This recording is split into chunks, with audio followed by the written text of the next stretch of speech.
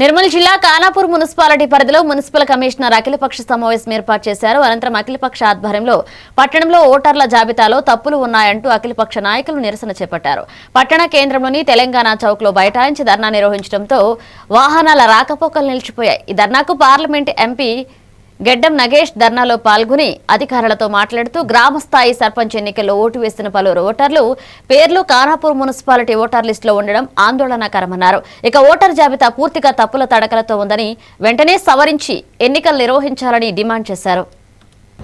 ఏదైతే voter star రేసిందో ఈ యొక్క 12 వార్డులలో ప్రతి వార్డులో ఒక్కొక్క ఓటు 3 వార్డుల ఉన్నాయి కాబట్టి 2400 ఓట్లు అధికంగా కనిపిస్తున్నాయి.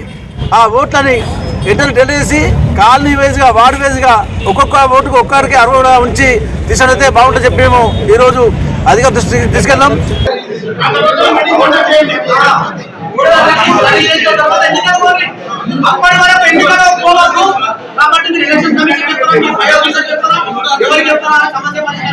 మీరు తీసుకొచ్చే మిస్టేక్స్ ఉంటే దాన్ని కన్సల్ట్ చేయడానికి ట్రై చేస్తాం.